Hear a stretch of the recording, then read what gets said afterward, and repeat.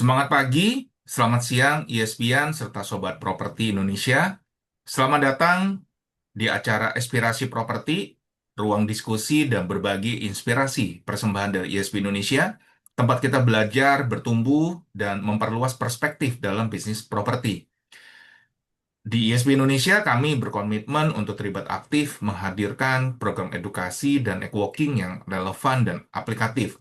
Tidak hanya bagi sobat properti, tapi juga bagi seluruh stakeholder dan ekosistem industri bisnis properti di Indonesia.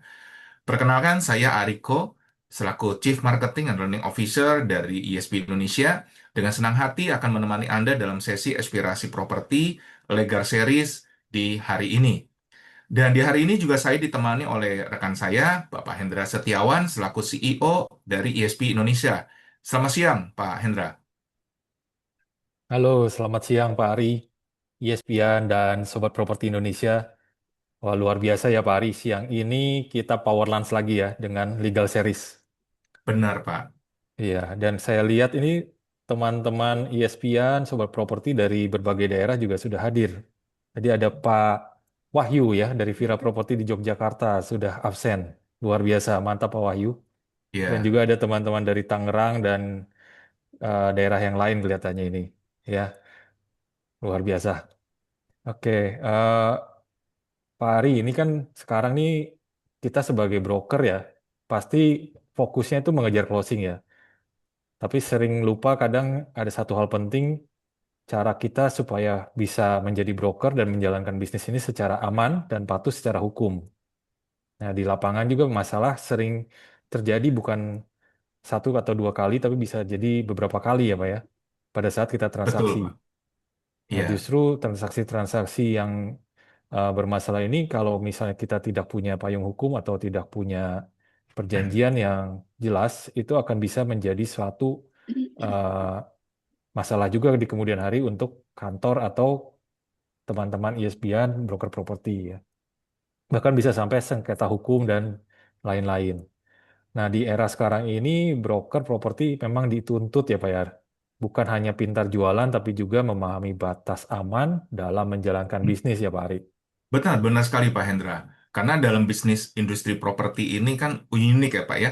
Bukan hanya Iya, closing yang penting, tapi bagaimana bisnis tersebut tetap bisa berjalan aman dan bertahan dalam jangka panjang. Ya, kalau betul. bisnisnya masih manual, bisa gunakan digital, bekerja sama dengan ISP ini Pak. Ya, Betul sekali, Pak Ari. namun di sesi di hari ini kita punya judul adalah Legal Check Up Bisnis Broker Property. Sudah aman atau beresiko? Ya, dan topik ini relevan sekali nih Pak Hendra, karena pada praktek di lapangan itu sering terjadi sinergi yang dengan broker serta notaris nih.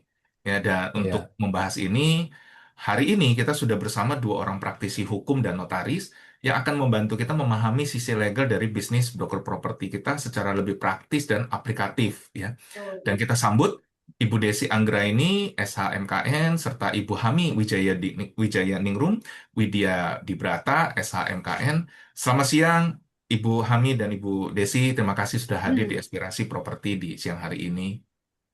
Iya, terima semangat kasih pagi, nih. selamat siang, Bu Hami, Bu Desi. Terima kasih nih waktunya, ya. Dan mereka menyempatkan diri loh Pak Hendra di sela-sela kesibukan yang hari ini ada pertemuan nasional ya Pak ya. Iya, Di luar biasa hanya sekali. berbagi bersama dengan kita nih. Oke. Iya, Baik, dan sebelum kita masuk terlalu teknis nih, kita ingin mulai dari realita yang sering terjadi di lapangan. Karena banyak broker kan ngerasa bisnisnya baik-baik saja, sampai akhirnya timbul masalah gitu ya. Nah, kira-kira nih dari pengalaman Ibu, apa sih masalah legal yang paling sering terjadi dalam praktek broker properti saat ini, Bu? Kalau yang dalam waktu dekat kemarin ini masalah harga transaksi, Pak. Jadi sekarang ini kan semua tuh media sosmed ya. Terus kalau sekarang ini posisinya instansi itu udah bisa langsung ngecek, mereka googling, mereka search, cari-cari berapa harga transaksi di wilayah itu dengan luas tanah sekian, itu bisa kebuka. Bahkan iklan yang dijual yang jadi objek saat itu kita mau transaksi itu bisa kebuka juga sama mereka. Jadi kalau saran saya sih lebih baik kita sekarang ini untuk nilai transaksi itu lebih baik kita pakai real. Karena kan kita nggak tahunya sekian gitu. Nah, pada saat kita mau validasi BPHTB, tolak. Karena menurut Bapenda itu nilai transaksinya tidak segitu. Pasarannya senilai ini. Nah, Mereka minta harga transaksinya direvisi senilai itu. Tapi kadang-kadang kan memang ada juga yang jualnya itu memang di bawah pasaran karena ada DBU atau ada hal lainnya. Tapi hal gitu jadi nggak bisa diterima akhirnya. Jadi harus ngikutin transaksi yang diminta oleh Bapenda. Tapi posisinya dari sisi penjual, dia kan tidak terima nilai transaksi segitu. Nah, ini dilema seperti ini. Jadi salah satu cara ya memang kita bersurat ke Bapenda menunjukkan bukti-bukti yang ada bahwa memang jualnya senilai itu, ada bukti bayar pajak, bukti bayar dari pembelinya seperti itu. Tapi nanti keputusannya balik lagi ke kabitnya mereka masing-masing, apakah disetujui atau tidak. Jadi kemarin kita ada seperti itu ya akhirnya bersurat disetujui Bu ya. Ya. Gitu. Kalau nggak disetujuin itu yang repot. Berarti kan kita harus ngikutin harga transaksi yang mereka minta. Sementara penjual tidak menerima senilai itu. Oke, ini satu hal yang unik ya, karena biasanya kan orang transaksi itu dihitungnya berdasarkan NJOP yang ada ya, Bu ya.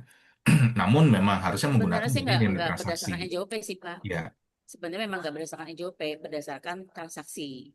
Cuman oke, kadang-kadang kan kita dikasih tahu nilai sekian. Misalkan NJOP 700, nilai transaksi berapa? 1,1. Ternyata ya. menurut Bapenda nggak segitu, harganya 1,5 gitu kan. Nah, jadi Oh, memang dari awal itu memang tidak dilihat dari NJOP. Tapi kalau di wilayah Jakarta masih bisa, karena kan memang setiap tahun mereka naiknya tinggi ya. Jadi kadang-kadang iya. malah transaksi suka ada yang di bawah NJOP gitu. Tapi maunya Oke. Bapenda ngikutin lah harga pasar di situ. Jadi nggak bisa di bawah harga pasar. Ini yang menarik sekali nih Pak Ari. Bapenda itu sekarang bisa meriset sendiri harga pasarnya jadi ya. Untuk Benar wilayah sekali ya. tertentu sih Pak. Kalau kayak gini dalam halnya Tangsel ya Pak ya. Itu mereka Mm-mm. penilaiannya dari sana. Jadi kita ngajuin nilai transaksi segini, nanti mereka akan lihat, oh oke harga pasarnya masuk gitu, jadi mereka approve. Kalau mereka nggak approve, kita nggak bisa bayar PHTB-nya. Tapi kalau Dan mereka wilayah lain riset masih dilihat, hmm, riset harga kalau wilayah pasarnya itu lain kayak, berdasarkan itu iya, ya. berdasarkan itu bisa googling, bisa mereka juga udah punya datanya di wilayah ini berapa, di wilayah ini berapa dia udah punya. Dan itu salah satunya. Yang keduanya ya mereka googling untuk meyakinkan bahwa memang benar nih nilai sekian gitu. Cuma Hmm. kan kadang-kadang orang jual dengan kondisi apa adanya, rumahnya udah rusak. Ya udah deh supaya pembeli mau harganya turunin jauh gitu ya. Tapi kan itu tidak bisa diterima sama Bapenda. Jadi mereka melihat harga tanahnya berapa, plus bangunannya berapa gitu. Oke. Iya, mungkin sedikit tambahan Pak Arifin. Jadi setiap wilayah itu pasti punya perda, kita punya aturan. Regulasi itu dibuat bisa setahun sekali, bisa 2 tahun sekali. Dalam kasus ini kalau Tangsel itu sudah ada aturannya sejak 3 tahun, 2 tahun yang lalu.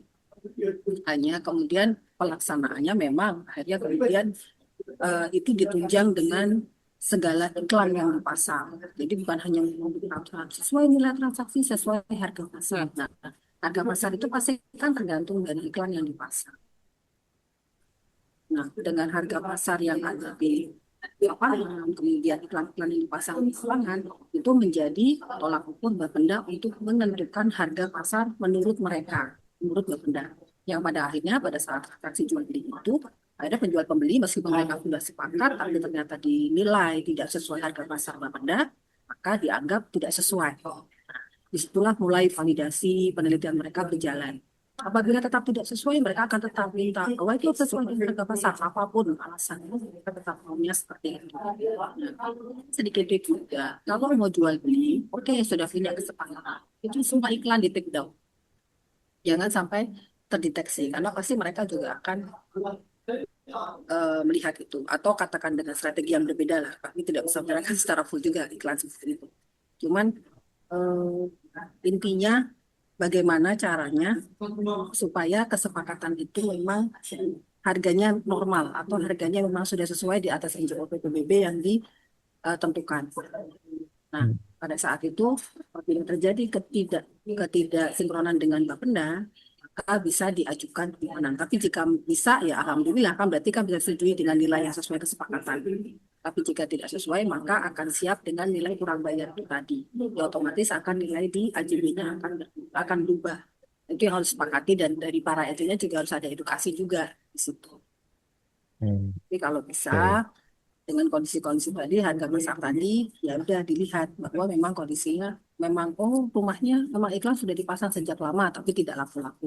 Oh memang Diupdate, Pak. rumahnya Maksudnya diupdate. diupdate harganya, di take down harga lama, update harga terbarunya Nah, apa, penurunannya berapa. Jadi kan Mbak Pemda nggak melihat. nggak ngelihat harga yang Nah, ini, gitu. Misalkan biasanya dulu kan orang pasang, pasang pertama tinggi ya. misalkan saya dari 1,3 M transaksinya ternyata di iklannya 2,2. Nah, ini padahal iklan sudah berapa tahun? 2 tahun, 3 tahun yang lalu nggak laku-laku. Nah, berarti kan ini harus di-adjust nih. Mereka kalau turun ya harusnya diturunkan sesuai dong.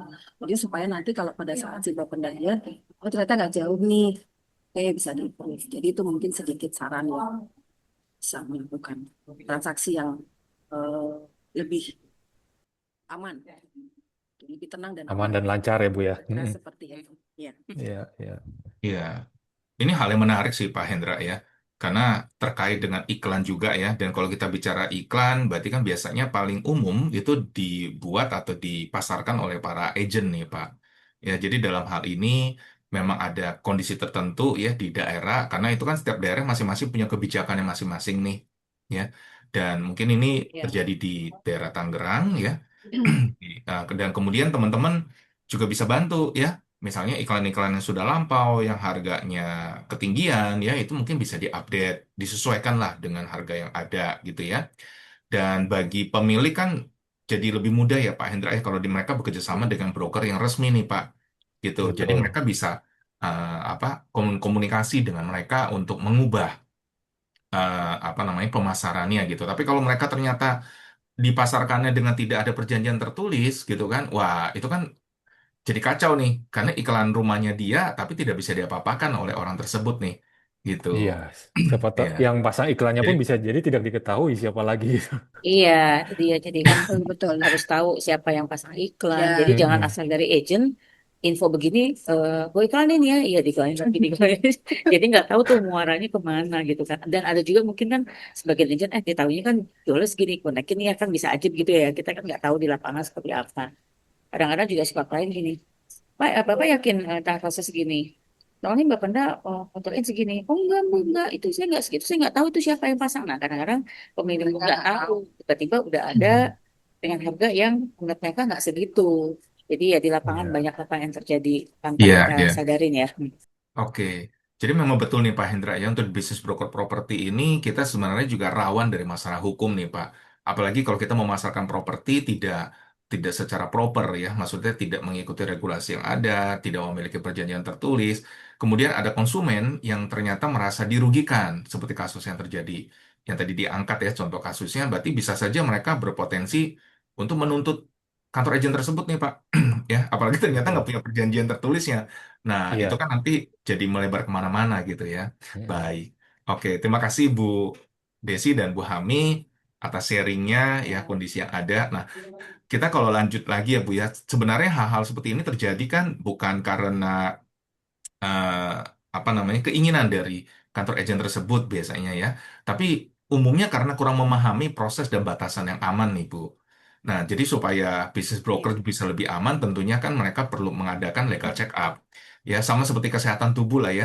Bisnis kan juga perlu dicek nih Bu, kesehatannya secara berkala ya. Gitu. Nah, kalau kita bicara legal check up dasar Bu, kira-kira apa saja sih Bu dari pengalaman Ibu sebagai notaris ya yang sering berhubungan sama kantor agen?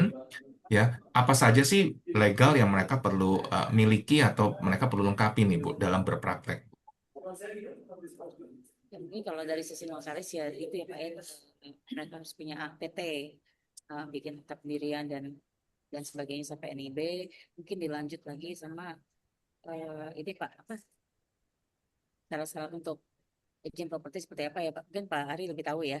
Ya, Harus bergabung ABLI-nya di sama REBI 68800 ya. seperti itu Mm-mm, kan. Iya, betul. gitu. asosiasi. Jadi kan mungkin juga dari sisi si owner yang titip listingan ke agent juga kan lebih nyaman bahwa dia memang eh, apa punya data-data yang resmi lah gitu. Kantornya juga semuanya nggak cuman yang kan banyak juga kan agent perorangan, agent yang cuman apa istilahnya Pak, kalau yang independen tuh ya sendiri-sendiri itu kan juga untuk kita OTJ, untuk kita kesepakatan yang kita perjanjian pembayarannya bertahap, itu kan perlu kepercayaan karena posisinya melibatkan notaris juga. Jadi kita jangan sampai cuma tahu data notaris nih ya, saya udah tahu, udah lepas ya, nggak taunya dia ada perjanjian lain yang kita nggak tahu seperti itu.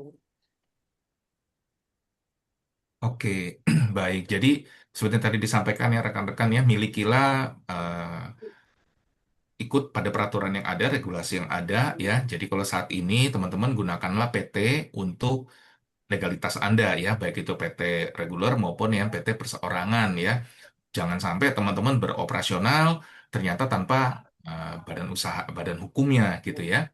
Dan kemudian badan hukumnya teman-teman yang di PT tersebut ambil NIB serta KPLI yang sesuai. Ya, di bisnis kita ini kan berarti di 68200 ya saat ini ya. Begitu, oke. Iya. Nah, biasanya nih Bu, ini kan dokumen-dokumen yang dimiliki oleh agen properti itu kan banyak sekali dokumen yang bersinggungan dengan dokumen di notaris nih Bu ya. Seperti beberapa perjanjian ya, perjanjian awal misalnya Bu atau kesepakatan sewa menyewa begitu ya. Dan dokumen itu kan bukan hanya sekedar formalitas ya Bu ya, tapi juga merupakan alat pelindungan bagi semua pihak nih Bu. Nah, sejauh mana sih Bu batasan dari agen tersebut boleh menggunakan dokumen tersebut, Bu? Sebenarnya sih kalau menurut saya agent sih nggak harus minta dokumen tersebut ya. Intinya posisinya kalau misalkan memang si owner itu ada pemilik dari dokumen itu boleh. Misalkan kita datang nih mau mau listing segala macam, dicek mana Pak ada ini nggak bukti kepemilikannya. Dia boleh tunjukin ini bukti kepemilikannya segala macam. Nah kalau misalkan owner itu memang ngasih kopinya ke agennya untuk data sementara boleh. Tapi kan kadang-kadang ada juga yang nggak mau ngasih kopinya. Tapi setidaknya si agent ini sudah mengecek benar bahwa owner itu adalah si pemilik objek tersebut. Jadi pada saat nanti mau ada KJB atau apapun itu ya lebih kita saranin sih si owner itu mengasih datanya langsung ke notaris atau karena gini Pak, saya pernah ada kejadian saya dapat data itu dari agent untuk pengecekan segala macam gini. Nah, kita kasih dong form untuk pengecekannya, penyataannya kita kasih. Ternyata kita nggak tahu jalannya gimana. Saya tiba-tiba ditelepon sama owner. Ternyata dia belum terima sama sekali UTJ dari pembeli. Tapi kenapa? Jadi posisi gini, dia lagi hubungi notaris lain juga untuk pengecekan. Pengecekan dia itu berkasnya nyangkut di pengecekan saya, di telepon saya. Ibu kenapa ibu pengecekan ya? Oh iya saya ada permintaan pengecekan sertifikat. Saya nggak pernah ngasih data ke ibu. Gitu. Oh saya dapetnya dari agent. Nah agent ini dimarahin karena ngerasa dia tidak dia ngerasa belum terima UTJ sama sekali, tapi kenapa data dia sudah disebar ke sana sini. Jadi lebih baik kalau misalkan ini mendingan bikinlah grup antara owner, pembeli, agent dan notaris. Setidaknya di situ data pun bu boleh di share datanya ke sini misalkan gitu ya. Atau enggak keberatan langsung ke stafnya notaris karena saya jadi ngerasa nggak enak karena posisinya kita memang dapat data dari agent kan. Tapi kita nggak tahu di balik di balik mereka kasih data itu ternyata si ownernya nggak tahu dan dia belum dapat UTJ. Kok bisa-bisanya? Nah, alasannya si agent karena si pembelinya ini nggak mau bayar UTJ kalau pengecekannya belum ada. Nah, harusnya diizin dulu sama ownernya. Mau ada pengecekan seperti itu. Nah, makanya sekarang ini tuh memang harus hati-hati karena kan orang tuh udah semakin tahu hal itu mereka bisa googling lah ini itu. Tapi, nah, untuk data ini dia marah besar mas saya. Saya juga nggak bisa ngomong, ya saya cuma bisa minta maaf karena saya tahunya data ini dari agent minta dilakukan pengecekan gitu. Jadi itu juga buat hati-hati untuk agent-agent lebih baik semua itu pengetahuan dari owner gitu. Jadi semuanya itu harus diinfokan pada pihak. Misalkan gini, Bu, ini pembeli maunya UTJ setelah ada pengecekan. Kita lakukan pengecekan ya, Bu. Oke, udah kasih data, minta data ya Bu, izin ya. Kita akan kasih ke pihak notaris segala macam. Jadi semua itu kalau bisa tertulis di WA, jangan cuma telepon ya. Kalau telepon kan kita nggak ada data untuk mereka mengizinkan atau enggak kalau gitu ya. Nah, barulah mereka minta pengecekan ke notaris. Itu pun jadi pembelajaran buat saya dengan terima data itu jangan main asal kita pengecekan atau SKPT gitu Pak. Soalnya kalau kita pengecekan sertifikat itu dengan kopi kan kita bisa itu namanya SKPT. Jadi kita bisa berdasarkan Ya. itu gitu. Makanya dia nanya, Ibu dasarnya apa ya? Saya nggak pernah sih ini. Oh bisa Bu, kalau dengan kopi bisa. Kita namanya beda SKPT gitu. Cuman kan jadinya saya pun jadi kayak berasa iya ya seharusnya lebih hati-hati kayak gini. Itu bakal pembelajaran juga sih. Oke, ini terjadi kan karena hubungannya notaris dengan hubungannya broker kan juga cukup erat ya Bu ya. Dan Iya, teman-teman kita sebagai broker juga jangan sampai ya kita melangkahi di luar dari kewenangannya kita ya. Dan sebaiknya untuk setiap transaksi buatkan juga perjanjian tertulisnya teman-teman ya. Misalnya ada surat penawaran gitu ya. Dan kemudian disepakati di iya, situ diberikan izin untuk melakukan pengecekan misalnya ya.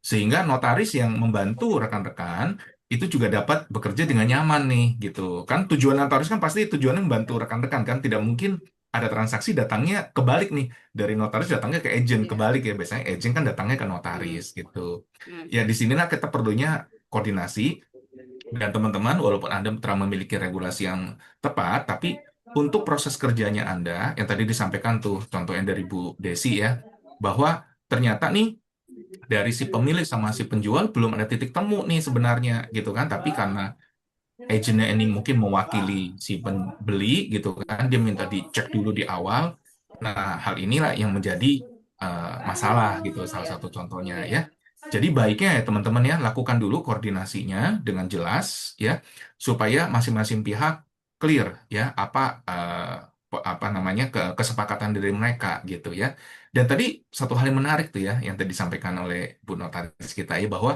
boleh loh dibuatkan WhatsApp group bersama ya antara agent, notaris juga dengan konsumennya gitu ya. Supaya apa yang dibahas di situ benar-benar satu jalur ya. Nah, itu hal yang menarik banget nih, Pak Hendra ya. Jarang-jarang loh Pak kita Betul. dikasih seperti ini. Biasanya agent itu kan agak malu ya. Bu, mau bikin WhatsApp group bareng sama klien gitu kadang-kadang malu nih. Karena kita tahu Iya, notaris itu sibuk banget ya. iya, iya. Ini malah diberi tips praktikal langsung dari Bu Desi ya. Betul, betul, betul banget. Mm-mm. Heeh. Oke, ini kan hal yang sangat menarik juga ya, bahwa di sini lah teman-teman ya, bahwa legalitas dari teman-teman itu penting dan juga dalam berprakteknya teman-teman juga baiknya berpraktek sesuai dengan standar yang sudah kita miliki ya, di mana saat ini di Indonesia juga sudah ada standar SKKNI ya, sehingga teman-teman bisa bekerja sesuai dengan standar kerja yang benar ya. Nah, kemudian kalau kita bahas secara hukum ya, resiko hukum yang ada nih serta batas kewenangan yang tadi diangkat oleh Bu Desi ya. Sebenarnya nih Bu Desi, Bu Hami ya, dalam praktek itu apa sih batas kewenangan broker properti yang sebenarnya kita sering langgar tanpa kita sadari, Bu? Oke. Maaf, maaf, Pak, tadi sempat koneksinya sempat mati. hilang. Nah, Oke, siap, jadi siap. mungkin balik lagi Pak untuk pemberian data. Jadi eh, mungkin ya mulai sekarang ini agent tuh harus benar-benar izinnya tuh ke owner, ke pembeli itu masalah pemberian data itu benar-benar harus diperhatikan karena bisa jadi kan itu jadi celah. Kok main lempar, main kirim, main ini segala macam.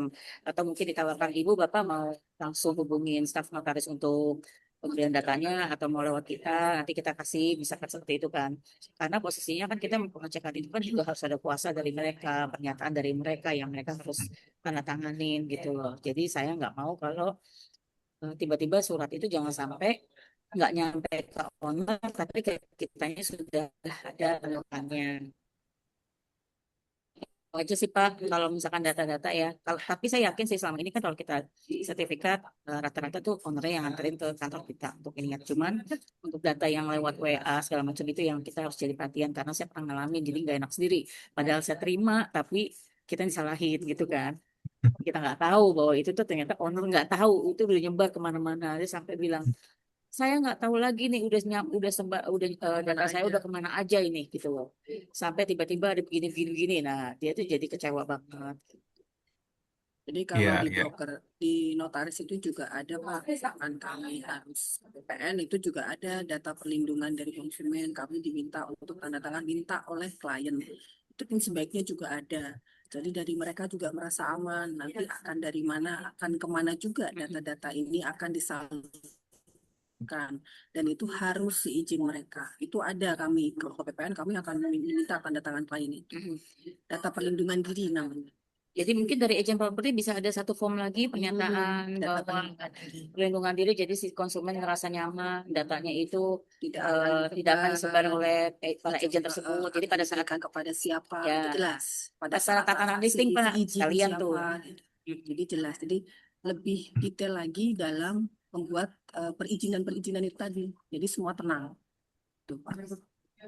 Baik, baik. Nah, ini hal yang menarik ya. Jadi jangan sampai kita para broker properti kita mengatur transaksi tanpa dasar ya, atau bahkan kita menerima uang pun tanpa prosedur nih ya.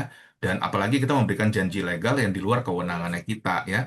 Dan ketika kita menerima listing teman-teman, sebaiknya seperti yang tadi disampaikan, kita memiliki perjanjian tertulis yang kalau perlu di dalamnya juga ada perjanjian semacam NDA gitu ya, antara kita dengan Ya, pemilik juga supaya tidak ada penyalahgunaan data nih.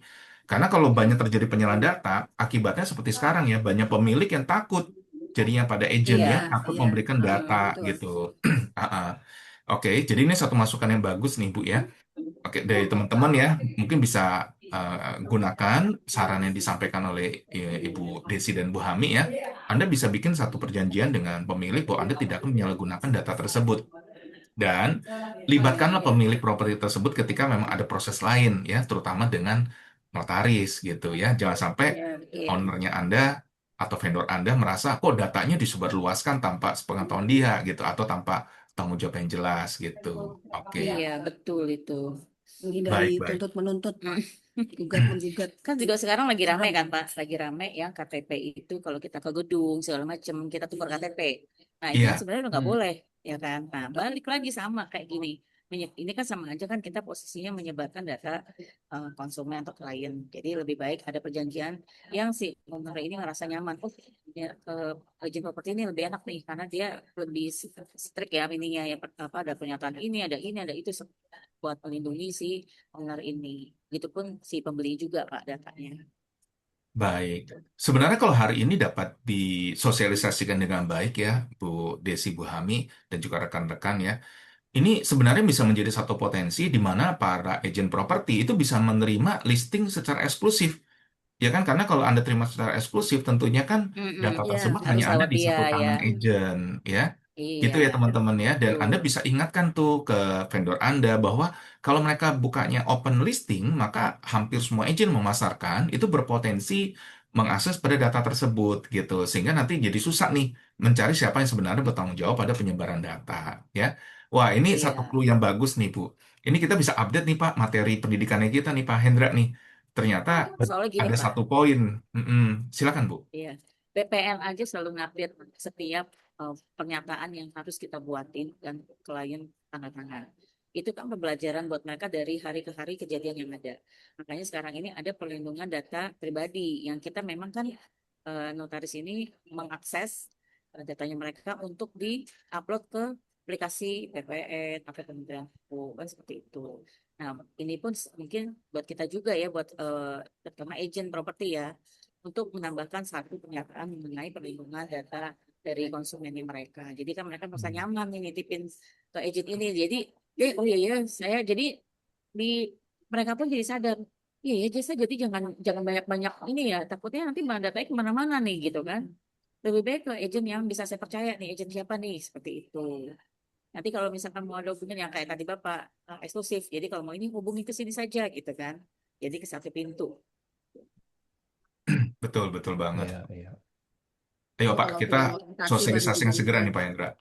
Iya, betul Pak Ari. Jadi memang sangat penting ya untuk seorang agen properti itu memiliki pertama kejelasan badan hukum ya, agar lebih bonafit gitu ya kantornya gitu kan, ada badan hukumnya, ada PT-nya, ada tempatnya dan bisa dipertanggungjawabkan. Lalu setelah itu pada saat agen mendapatkan listing, ada satu perjanjian yang tadi melindungi pemilik data gitu ya. Jadi eh, Iya, konsumen tuh akan menjadi lebih nyaman dan juga menjadi lebih percaya dengan agent tersebut yang akhirnya bisa menjadi eksklusif listing. Seperti itu ya. iya, Jadi Betul, betul. memang betul. kaitannya perlu kita sadari bersama kelihatannya Pak Ari ya, agar bisa Iya, menjadi lebih baik semuanya. iya. Menarik nih, Bu. Bu, izin tanya. apakah kita sebagai broker boleh memberikan opini hukum, Bu, atas atau pajak gitu kepada klien gitu, Bu? Hmm, Karena opini biasanya kan hukum ini sih enggak sih. disampaikan oleh notaris ya, Bu ya. Ya. Untuk opini dari Sebenarnya sisi sih Pak, hukum kalau maupun dari agent pajak kan gitu. lebih lebih ke informasi biasa aja ya, mengenai Oke. transaksi, mengenai pajak-pajaknya itu. Ya kalau misalkan gini, berjalan waktu misalkan kita ada jual beli terus si si biasanya kan ada ya para pihak yang dibikin segini ya Pak, bikin segini ya. Mungkin saran saya sih agent lebih saklek Pak, harga transaksi sesuai gitu loh. Jadi kita udah ke eranya yang serba terbuka nih Pak, semuanya sebuah sebuah serba terdetek. Jangan sampai nanti kesannya jadi kayak ada permainan agent, notaris gitu kan. Ujung-ujungnya jadinya siapa yang salah, notarisnya juga. Karena kita tanya, transaksi berapa sekian, kita tahu sekian, ya udah gitu loh. Jangan sampai nanti ada kurang bayar atau segala macam, malah jadinya si para pihaknya kecewa. Jadinya kurang bayar, jadi begini. Nah, lebih baik harga segitu ya segitu pajaknya. Kalau menurut saya lebih baik begitu, Pak. Nggak Oke. pusing juga kan kitanya. Ya, jadi kita sebagai agen properti kita sampaikan apa adanya gitu ya, bukan yang ada apanya Mm-mm. teman-teman ya. Iya, Kita apa adanya aja sesuai dengan standar kerjanya kita ya, dan kita juga tidak usah sungkan ya Bu ya untuk melibatkan notaris dalam hal ini ya. Misalnya dalam hal perhitungan pajak gitu kan. Kalau kita dapatnya dari notaris untuk kita sampaikan kan tentunya akan lebih akurat ya Bu ya dibandingkan iya, kita membuat sekedar hitungan hitungan coret-coret sendiri. gitu ya. Betul. Hitungan sendiri teman-teman boleh membuat ya, tapi dikasih ini juga dikasih disclaimer Estimasi. ya. Betul, Ya, itu bahwa ini adalah estimasi estimasi nih dari teman-teman. kita. eh. Saya pun sama Pak. Kita pun bikin biaya, kita ngomongnya ini estimasi. Karena posisinya apa? Kalau kita pembelian eh, rumah itu kalau misalkan di Tangerang itu sekarang ini hanya satu kali pengurangan. Kalau sebelumnya kan setiap tahun nol lagi. Sekali itu pengurangan setiap tahun. Tapi sekarang enggak. Kalau udah pengurangan sekali, tidak akan pengurangan lagi. Makanya kalau kita hitunganku, saya bilangnya estimasi. Jadi estimasi itu belum pengurangan.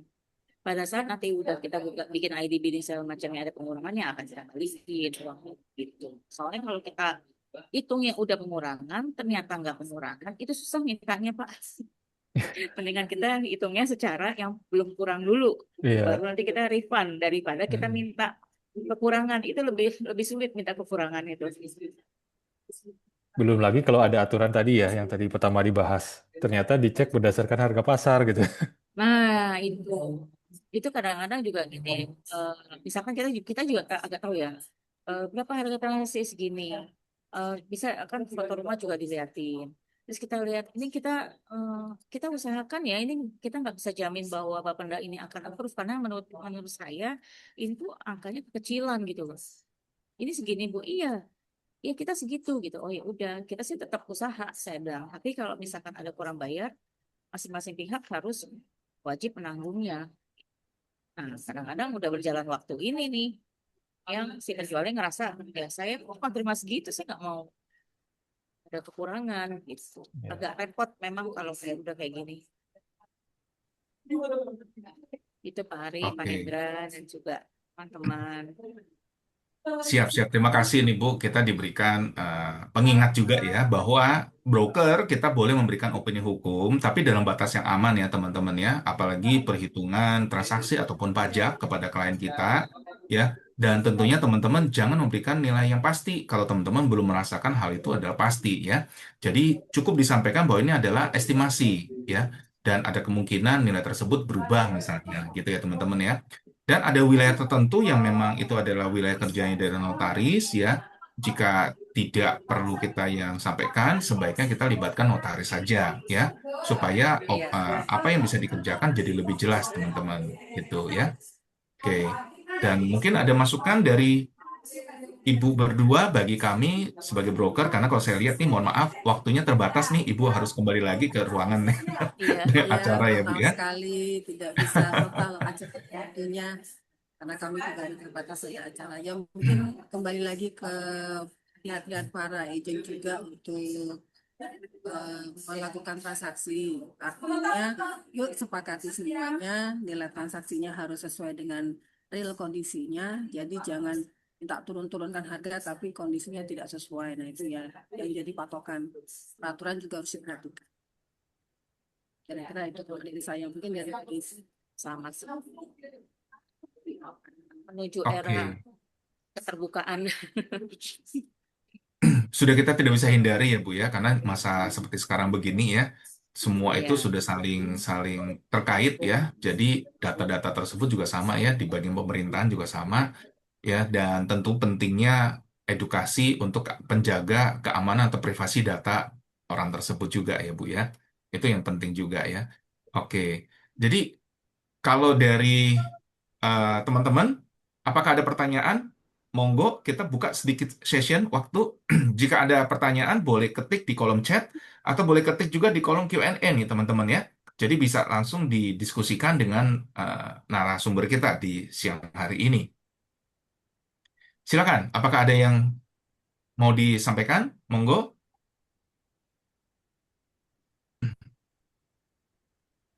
Oke, sepertinya belum ada nih. Sepertinya yang disampaikan oleh Ibu berdua cukup jelas nih. Iya, Pak Hendra ya. Iya. Mm. Ah, ah. Dan waktu juga terbatas ya Pak Ari siang hari ini. Betul-betul. Baik, kalau begitu kita paling remind bahwa teman-teman, ciri kantor broker yang profesional atau yang compliance dan aman secara hukum itu adalah memiliki legalitas yang jelas, kemudian juga memiliki SOP kerja juga yang jelas ya, terutama dalam pendokumentasian ya baik itu pendokumentasian dari perjanjian kepada konsumen ya maupun dalam proses transaksinya ya. Dan teman-teman juga wajib melakukan edukasi pada agent ya. Dan tentunya, seperti yang sekarang ini berjalan ya, sertifikasi profesi juga sudah dilakukan oleh pemerintah ya, dan saat ini sedang digalak-galakan. Dan dalam sertifikasi profesi tersebut, banyak sekali dokumen yang teman-teman wajib miliki untuk portofolio. Salah satunya seperti CRM maupun CMA juga. Jadi teman-teman, jika teman-teman masih memiliki sistem manual, segera upgrade diri kalian menjadi digital supaya ketika nanti ada pengumpulan bukti untuk portofolio ketika pengajuan sertifikasi kompetensi, teman-teman tidak kesulitan untuk mencari dokumennya gitu ya. Dan tentunya kita di ISP pasti siap untuk mensupport juga ya Pak Hendra ya. Betul sekali Pak Ari. Karena dengan sistem ISP semuanya akan sudah terekod secara digital dan teman-teman akan sangat mudah mendapatkan data-data tersebut kembali pada saat harus menunjukkan data tersebut di sertifikasi atau untuk laporan-laporan yang lain. Oke, dan dari diskusi di hari ini bersama narasumber kita juga belajar closing itu penting, tapi keamanan bisnis jauh lebih penting, teman-teman ya. Dan banyak resiko muncul dari hal kecil yang terkadang kala kita abaikan. Ya, jadi kembalilah pada proses kerja kita ya. Dokumentasi dan SOP adalah perlindungan bagi kita. Dan broker juga wajib memahami batas dari kewenangannya. Jangan lupa broker punya hubungan yang ideal ya dan mesra sekali dengan notaris ya teman-teman ya. Jadi jangan sungkan untuk berdiskusi dengan notaris yang teman-teman tentunya akan jalin hubungannya dengan baik ya. Karena profesionalisme juga membangun kepercayaan jangka panjang teman-teman. Dan ini menjadi pengingat untuk kita semua bahwa bisnis broker yang sehat bukan hanya yang menghasilkan transaksi, tapi juga yang mampu bertahan dan dipercaya dalam jangka panjang. Terima kasih Ibu Desi dan Ibu Hami atas insight yang sangat praktis dan membuka wawasan di siang hari ini. Dan semoga Sobat Properti dan ISPian jadi semakin paham bahwa bisnis properti bukan hanya cepat closing, tapi harus aman secara hukum. Ya.